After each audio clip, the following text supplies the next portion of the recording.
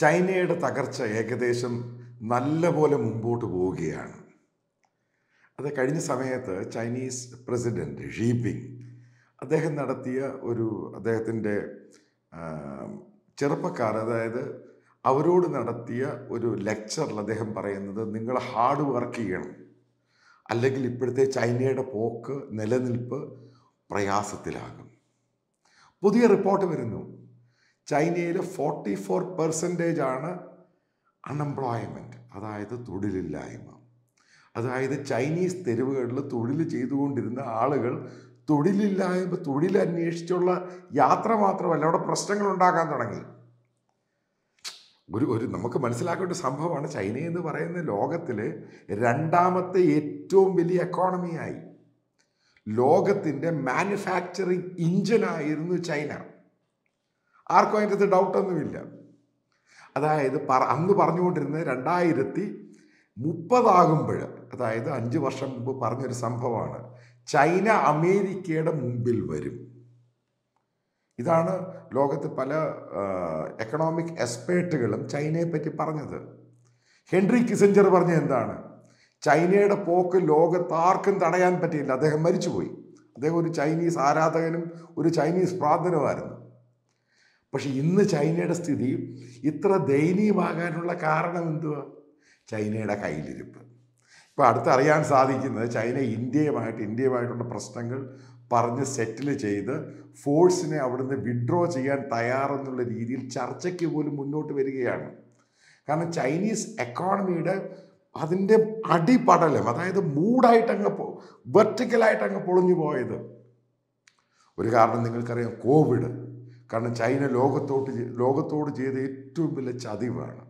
പിന്നീടും Chinese economy കയറി വന്നു. ആ സമയത്താണ് ലോകത്ത് പല രാജ്യങ്ങളും ചൈനയിൽ നിന്നും അവരുടെ മാനുഫാക്ചറിങ് പല രാജ്യത്തോട്ടും പോയി. ഇന്ത്യയിൽ വളരെയധികം മാനുഫാക്ചറിങ് വന്നു. ഇപ്പം ലോകത്തിലെ ഏറ്റവും വലിയ ഫോൺ മാനുഫാക്ചറിങ് ഹബ്ബായിട്ട് മാറി. ലോകത്തിലെ ഏറ്റവും വലുത് ഇത് ചൈനയായിരുന്നു.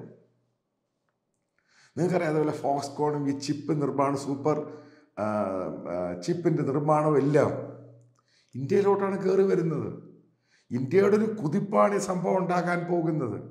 ആ സമയത്ത് ചൈന ഇത്രയും വലിയ രീതിയിൽ നിന്ന സമയത്ത് മറ്റുള്ള രാജ്യങ്ങളുമായിട്ട് ഉണ്ടാകുന്ന ടെൻഷൻ, അതായത് തായ്വാനുമായിട്ടുള്ള ടെൻഷൻ, അതുപോലെ ഫിലിപ്പൈൻസുമായിട്ടുള്ള ടെൻഷൻ, ജപ്പാനുമായിട്ടുള്ള ടെൻഷൻ, ഇന്ത്യയുമായിട്ടുള്ള ടെൻഷൻ, അപ്പോൾ അവരുടെ ചുറ്റുമുള്ള രാജ്യങ്ങളുമായിട്ട് മുഴുവൻ പ്രശ്നമായി. ഉറപ്പായിട്ടും അമേരിക്ക ഇടപെടും. അമേരിക്കയാണ് അവരുടെ ഏറ്റവും കൂടുതൽ, യൂറോപ്പ് അമേരിക്കയുടെ ഏറ്റവും വലിയ ബയേഴ്സ്, ചൈനീസ് ബയേഴ്സ്. അവർ തന്നെയാണ് യൂറോപ്യൻ യൂണിയനിലും അമേരിക്കയിലും ഈ ചൈനയുടെ പ്രോഡക്റ്റ് കട്ട് ചെയ്യാൻ തീരുമാനം. ഇന്ത്യ പോലും ചൈനീസ് പ്രോഡക്റ്റ് കട്ട് ചെയ്തു. അതിൻ്റെ പേരിൽ ഇന്ത്യയിൽ മാനുഫാക്ചറിങ് കൂടി. അടഞ്ഞു കിടന്ന പലതും ഇന്ത്യയിൽ വീണ്ടും തുറക്കാൻ തുടങ്ങി. അതായത് ചൈനയുടെ അഹങ്കാരത്തിന് കിട്ടിയ അടിയാണ്. പിന്നെ ചൈനീസ് കമ്മ്യൂണിസ്റ്റ് പാർട്ടിക്കകത്തും പ്രശ്നമുണ്ടായി. ഇപ്പോൾ ചൈനീസ് കമ്മ്യൂണിസ്റ്റ് പാർട്ടിക്കകത്ത് 23% അമേരിക്കയിലും അതേപോലെ തന്നെ യൂറോപ്പിലും പഠിച്ചവരാണ് അതിൻ്റെ സെൻട്രൽ കമ്മിറ്റി മെമ്പേഴ്സ്. അവരെയാണ് കടലാമകൾ എന്ന് പറയുന്നത്, ടർട്ടൈൽസ് എന്ന് പറയുന്നത്. കാരണം അവരുടെ സ്നേഹം എപ്പോഴും ചൈനയെക്കാളും കൂടുതൽ അമേരിക്കയോടും യൂറോപ്യൻ രാജ്യങ്ങളോടാണ്. ഇപ്പോൾ ചൈനീസ് കമ്മ്യൂണിസ്റ്റ് പാർട്ടിയിൽ ഷീ ജിൻപിങ്ങിനെതിരെ വലിയ പ്രശ്നം ഉണ്ടാകുന്നുണ്ട്. കാരണം തൊഴിലില്ലായ്മ വന്നു കഴിഞ്ഞാൽ പ്രശ്നമായി. ഇപ്പം ഇല്ലാത്ത ഒരു രാജ്യം, അവിടെ ഇതേപോലെ പ്രശ്നമുണ്ടായി വലിയ പ്രശ്നമുണ്ടാകാനുള്ള സാധ്യതയില്ല. പക്ഷെ അവർ എഡ്യൂക്കേറ്റഡാണ്, അവർക്ക് തൊഴിലുണ്ടായിരുന്നു. പക്ഷേ ഇപ്പോൾ തൊഴിലില്ല, അപ്പോഴവിടെ പ്രശ്നമുണ്ടാകും. കാരണം അവരുടെ ലൈഫ് മുഴുവനും മാറും. പിന്നെ അടുത്തത് ഏറ്റവും പ്രധാനപ്പെട്ട പോയിന്റ്, അവരുടെ സ്റ്റോക്ക് എക്സ്ചേഞ്ചിലുള്ള പണം അവിടെയുള്ള ഇൻവെസ്റ്റ്മെൻറ്റ് ബാങ്കേഴ്സും മറ്റുള്ളവരും പിൻവലി. കാരണം അവർ വലിയ നഷ്ടത്തിലോട്ട് പോവുകയാണ്, ഭീമമായ നഷ്ടത്തിലോട്ട് പോവുകയാണ്. അവർ ഇൻവെസ്റ്റ് ചെയ്യുന്നു, നഷ്ടമുണ്ടാകുന്നു. സ്റ്റോക്ക് മാർക്കറ്റിൽ ഒരു ചലനവും മാത്രമല്ല, താപ്പോട്ട് പോവുകയാണ്. മറ്റൊന്ന് ഇൻവെസ്റ്റ്മെൻറ്റ് ബാങ്കേഴ്സ്, അവരും വിഡ്രോ ചെയ്യുകയാണ്. കാരണം ടെൻഷനും അവിടെ പ്രശ്നമുണ്ട്, തായ്വാനുമായിട്ടുള്ള ടെൻഷൻ. പിന്നെ എപ്പോഴാണ് അവിടെ പ്രശ്നം ഉണ്ടാകാൻ പോകുന്നുള്ള സാഹചര്യമുണ്ട്. അതുകൊണ്ടാണ് ചൈന ഈ പറയുന്ന ഹൂത്തി ഇഷ്യൂ ആണെങ്കിലും ഹമാസിൻ്റെ ഇഷ്യൂ ആണെങ്കിലും ഇറാൻ്റെ ഇഷ്യൂവിലും നിശബ്ദമായിട്ടിരിക്കുന്നത്. കാരണം ചൈനയ്ക്ക് അറിയാവുന്ന വസ്തുതയാണ്, അവർക്ക് പിടിച്ചാൽ കിട്ടത്തില്ല. പഴയ ടിയാമൻ സ്ക്വയർ അല്ല ഇന്നത്തെ ചൈന. അന്നത്തെ ചൈന ഒന്നും അല്ലായിരുന്നു, പക്ഷേ ഇന്നത്തെ ചൈന മാറി. ഇന്ന് ടിയാമൻ സ്ക്വയർ പോലെ ഇഷ്യൂ വരുവാണെങ്കിൽ ചൈനീസ് കമ്മ്യൂണിസ്റ്റ് പാർട്ടി തെറിച്ചു പോകും, 100% തെറിച്ചു പോകും. കാരണം അതാണ്, അതേപോലെയാണ് ഗ്ലോബൽ നെറ്റ്വർക്ക് ചൈനയിലെ ചെറുപ്പക്കാരുണ്ടാക്കിയെടുത്തേക്കുന്നത്. പിന്നെ ചൈനീസുകാർ ലോകം മുഴുവനും ഉണ്ട്. അതാണ് പഴയ ചൈനയല്ല ഇപ്പോഴത്തെ ചൈന. ഡെങ് സിയാപിങ് 1980 ഉണ്ടാക്കിയ മാറ്റം ചൈനയെ ഗ്ലോബൽ എഞ്ചിൻ ആക്കിയിട്ടുണ്ടെങ്കിൽ ജനങ്ങൾ മാറിയിട്ടുണ്ട്. അതായത് ചൈനയുടെ പ്രൊഡക്ഷനും മറ്റുള്ള വളരെയധികം കൂടിയിട്ട് ലോകത്തിലെ ഏറ്റവും വലിയ വികസിത രാജ്യമാകാൻ പോകുന്നു. അത് രണ്ടാമത്തെ ഏറ്റവും വലിയ രാജ്യമാണ്.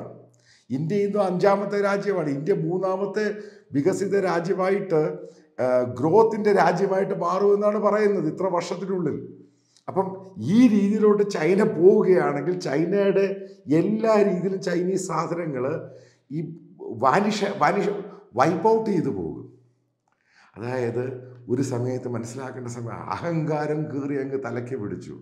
എന്തുകൊണ്ടാണ് യൂറോപ്യൻ യൂണിയൻ പോലും ചൈനയെ മാറ്റി നിർത്തിയേക്കുന്നത്? ഇപ്പം എൻ്റെയർ യൂറോപ്യൻ യൂണിയൻ എടുക്കുകയാണെങ്കിൽ അമേരിക്കയെക്കാളും ഏറ്റവും വലിയ സപ്ലൈ ചെയിനാണ്.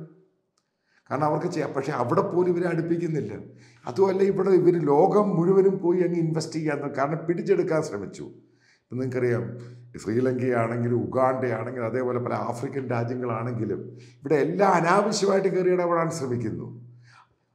മറ്റൊരു സംഭവം പറയാം, മാൽദീവ്സിൽ ഇടപെടാൻ ശ്രമിച്ചു. ഇവിടെയൊക്കെയാണ് അടി കിട്ടുന്നത്. അപ്പോൾ മിഡിൽ ഈസ്റ്റിൽ ചൈന വലിയൊരു ഇൻവെസ്റ്റ്മെൻറ്റും, അതായത് സൗദി അറേബ്യൻ സിറ്റിയിൽ വലിയ ഇൻവെസ്റ്റ്മെൻറ്റുമായിട്ട് ചൈന പോയത് കംപ്ലീറ്റ് അവർ വിഡ്രോ ചെയ്യുകയാണ്. കാരണം അവർക്കത് ഇൻവെസ്റ്റ് ചെയ്യാനുള്ള പണമില്ലാതായി. ഈ രീതിയിലോട്ടാണ് ചൈന, അതായത് ഡ്രാഗൺ എക്കോണമി പോകുന്ന ഒരു രീതി. അപ്പം ഇങ്ങനെ പോവുകയാണെങ്കിൽ ചൈനയെ ഡിപ്പെൻഡ് ചെയ്യുന്ന മറ്റ് പല രാജ്യങ്ങളുണ്ട്, അവരുടെ സ്ഥിതി അധോഗതിയാകും. ഇവിടെയാണ് ഇന്ത്യയുടെ കുതിപ്പ്. ഉറപ്പായിട്ടും ഒന്ന് നശിക്കുമ്പോഴാണ് ഒന്ന് നന്നാകുന്നത്. അത് ലോകത്തിലെല്ലാ എക്കോണമിയിലുള്ളതാണ്. അതിൻ്റെ മുഴുവനും അഡ്വാൻറ്റേജ് ഇന്ത്യ എടുക്കുകയാണെങ്കിൽ ഉറപ്പായിട്ടും ഇന്ത്യക്ക് ചൈനയെ തോൽപ്പിക്കാൻ വലിയ താമസം ഉണ്ടാകുകയില്ല. മറ്റൊരു കാര്യം, ഇതേപോലെ ഇഷ്യൂ അൺഎംപ്ലോയ്മെൻറ്റും അതേപോലെ റിയൽ എസ്റ്റേറ്റ് കംപ്ലീറ്റ് അടിഞ്ഞ് താറുമാറായി. ഇത് ഞാൻ പറയുന്നില്ല, പുതിയ എക്കണോമിസ്റ്റിൻ്റെ റിപ്പോർട്ടാണ് ഈ പറയുന്നത്. അതിനകത്ത് പറയുന്നുണ്ട് റിയൽ എസ്റ്റേറ്റ് എന്ന് പറഞ്ഞാൽ ആർക്കും വേണ്ടാതായി.